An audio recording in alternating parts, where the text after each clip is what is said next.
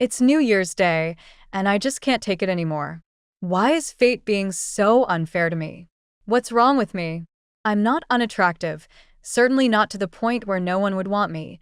So why hasn't my relationship come along yet? Watching other people coupled up, I can't even put into words how envious I feel. On holidays, I don't even have someone to go shopping with. I drink bubble tea alone, wander the streets alone, and see people enjoying fancy dinners, sharing snacks, or watching movies together. Meanwhile, I'm completely by myself. I have no idea when I'll finally meet him. When people ask about my personal life, I honestly don't know how to answer. If I tell them the truth, that I was born in 1987, I'm already 37, and still don't have a partner, I'm scared they'll laugh.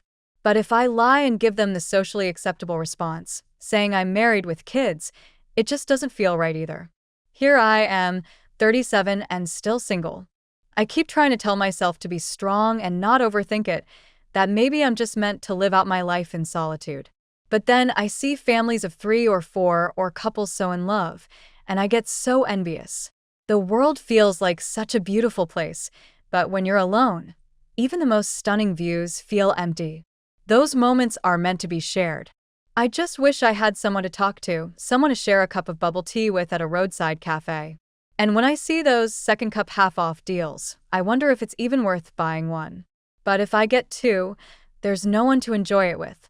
It makes me question whether I'm truly going to spend my whole life this lonely. I just can't take it anymore.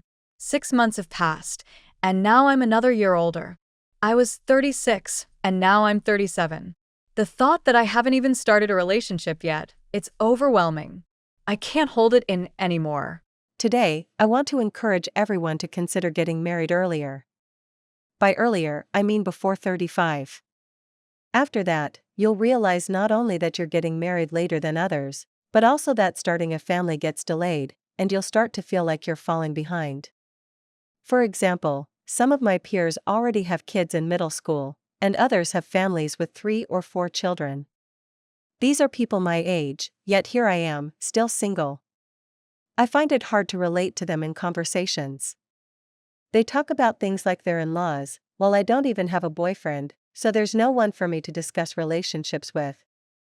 Our careers are different too, so we don't really have much to talk about.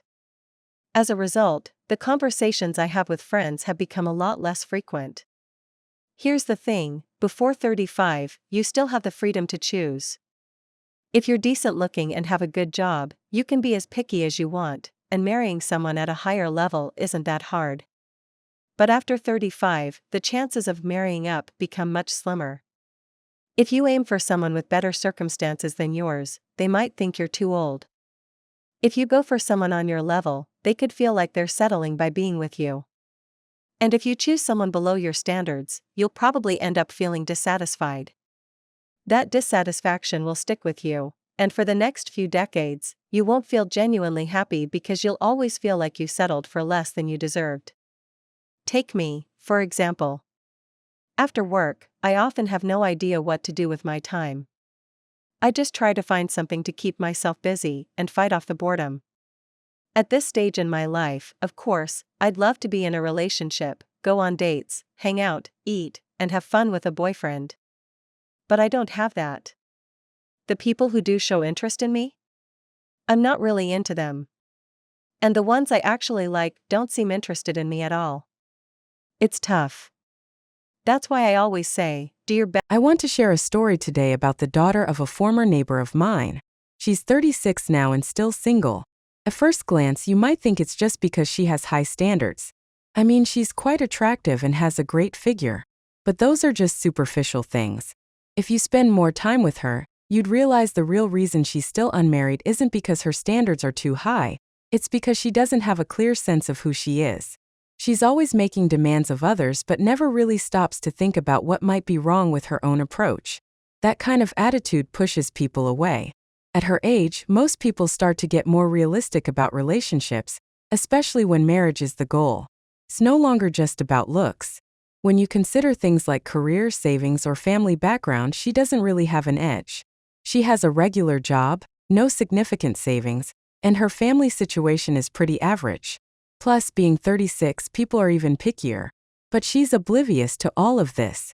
She still thinks that just because she's attractive, she deserves to marry a wealthy man. In her mind, the only reason it hasn't happened yet is because fate hasn't brought him to her.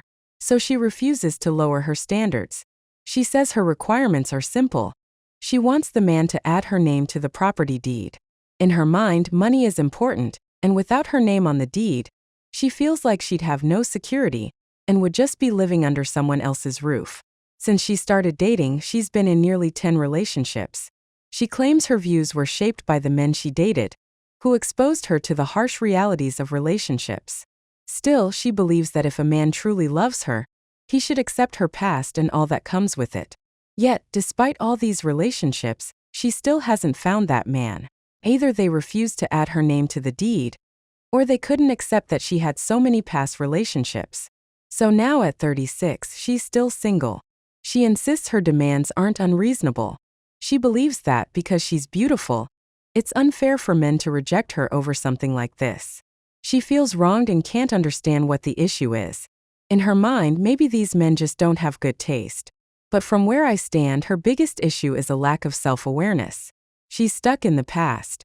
Yes, she's beautiful, and that's an advantage, but I think that advantage has spoiled her.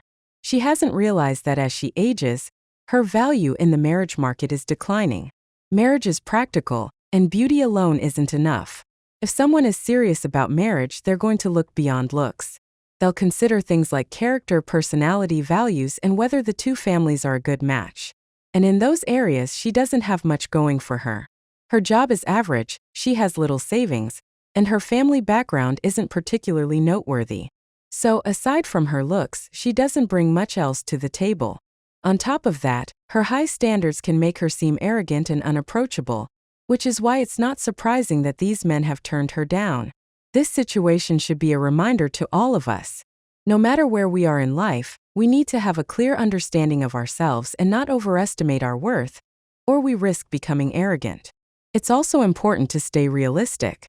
Dating and marriage aren't the same thing. A good marriage usually involves compatibility and a balance between both partners. If the gap between them is too big, no matter how strong the love, problems can still arise. This is especially true in cases of arranged dates or matchmaking, where the motives are often more practical. Without a strong emotional connection to start with, it's unwise to place too many demands on the other person. As the saying goes, birds of a feather flock together. If you aren't exceptional yourself, you aren't likely to attract someone who is.